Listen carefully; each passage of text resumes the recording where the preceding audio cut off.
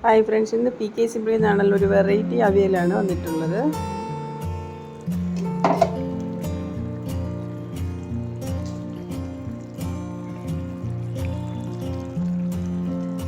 ഇത് കൽച്ചട്ടി ആയതുകൊണ്ടാണ് കേട്ടോ. നമ്മൾ ഓഫ് ചെയ്തതിന് ശേഷവും എല്ലാം തിളച്ചുകൊണ്ടിരിക്കുകയാണ്. അപ്പോൾ മുരിങ്ങയ്ക്ക് വെന്തില്ല എന്നുണ്ടെങ്കിൽ ആ ചൂടിരുന്ന് അങ്ങനെ അങ്ങ് വെന്തോളൂ.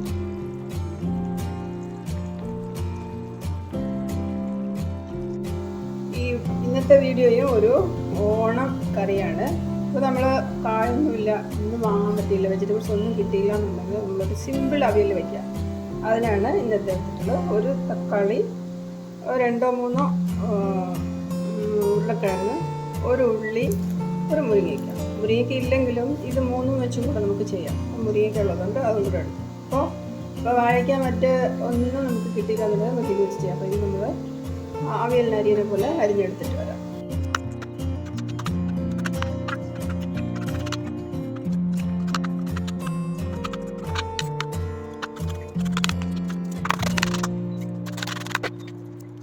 ഇപ്പോൾ എൻ്റെ അടുത്ത് കുറച്ച് ഒരു പീസ് ക്യാരറ്റും കുറച്ച് പയറും കൂടെ ഉണ്ടായിരുന്നു, അതും കൂടെ ഇട്ടിട്ടുണ്ട്. അപ്പോൾ അത് ഒരു കളർഫുൾ അവിയലായില്ലേ. അപ്പോൾ ഇത് നമുക്ക് ചെയ്യാനായിട്ട് എടുക്കാം.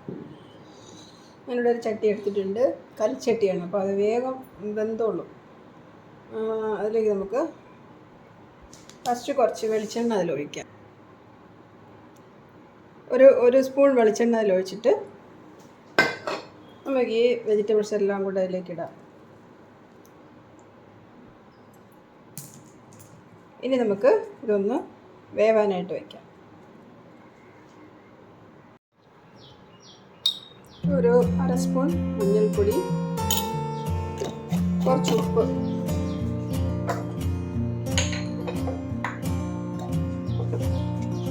ഒരു 1/4 ഗ്ലാസ് വെള്ളവും കൂടെ ഒഴിച്ച് ഇതൊന്ന് വേവാനായിട്ട് വയ്ക്കാം.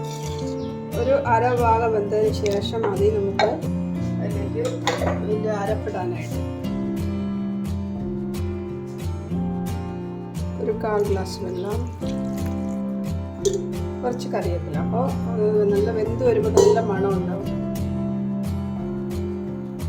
അടച്ച് വെച്ച് നല്ല ഒന്ന് ആവി വരുമ്പോഴത്തേക്ക് നമുക്ക് അതിൻ്റെ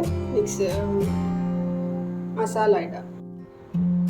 വെജിറ്റബിൾസ് വെന്ത് വരുമ്പോഴത്തേക്ക് നമുക്കിവിടെ ഇത് അരച്ച് കൊണ്ടുവരാം. ഞാനിവിടെ കുറച്ച് തേങ്ങയും കുറച്ചല്ലേ ഉള്ളൂ വെജിറ്റബിൾസ്. അപ്പോൾ ഒരു എരിവ് കുറഞ്ഞതാണിത്. ഒരു 4 മുളക് എടുത്തിട്ടുണ്ട്, കുറച്ച് ജീരകം, അതിന് കുറച്ച് കറിവേപ്പില ഇട്ടിട്ടുണ്ട്, ഒരു വെളുത്തുള്ളി, ഒരു മണത്തിന് വേണ്ടിയിട്ട് 1 സ്പൂൺ ജീരകം, പിന്നെ അതിന് ഇതിലൂടെ ഞാൻ തേങ്ങ ഇടുന്നുണ്ട്.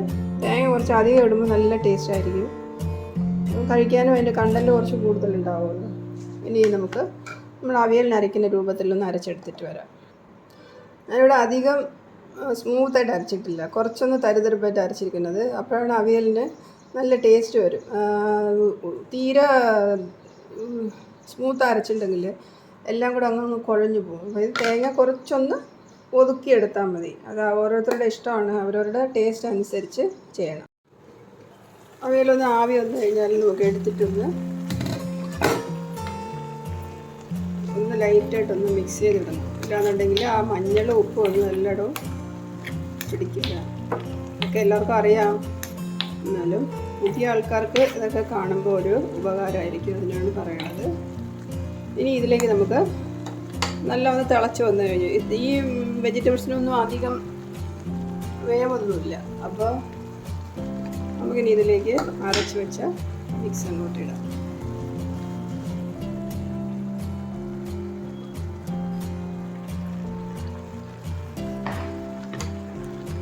നടുവിലൊരു കുഴി കുഴിച്ചിട്ട് അതിലേക്ക് ഇട്ടാലേ അത് പെട്ടെന്നൊന്ന് മിക്സ് ചെയ്യണ്ട. ഒന്ന് വെന്ത് കഴിഞ്ഞതിന് ശേഷം മിക്സ് ചെയ്താൽ മതി. കാരണം അതിൻ്റെ എസൻസ് ഒക്കെ അങ്ങ് ഉള്ളിലോട്ട് പിടിച്ചോളൂ. അതിന് വേണ്ടിയിട്ട്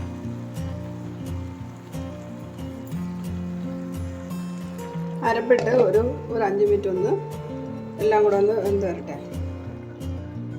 ഈ അവിയലിന് നമ്മൾ സാധാരണ എല്ലാ വാഴയ്ക്കൊക്കെ ഇട്ട് വയ്ക്കുന്ന അവിയലിനേക്കാളും നല്ല ടേസ്റ്റിയാണ്. നമുക്ക് വേഗം ചെയ്യുകയും ചെയ്യാം.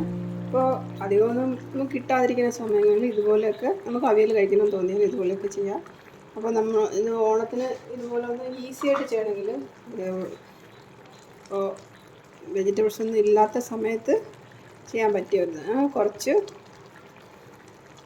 വെളിച്ചെണ്ണ ഒഴിച്ചിട്ടുണ്ട്, ഇത്തിരി കറിവേപ്പില ഇട്ടുണ്ട്. ഇനി നമുക്കത് ഓഫ് ചെയ്ത് കഴിക്കാനായിട്ട് എടുക്കാം. അപ്പോൾ ഇതുപോലുള്ള വീഡിയോസ് കിട്ടാനായിട്ട് TK സിംപ്ലി നാടൻ യൂട്യൂബ് ചാനൽ ഒന്ന് സബ്സ്ക്രൈബ് ചെയ്യണേ. നെക്സ്റ്റ് നല്ലൊരു വീഡിയോ ആയിട്ട് വരുമായിരിക്കും. Thank you.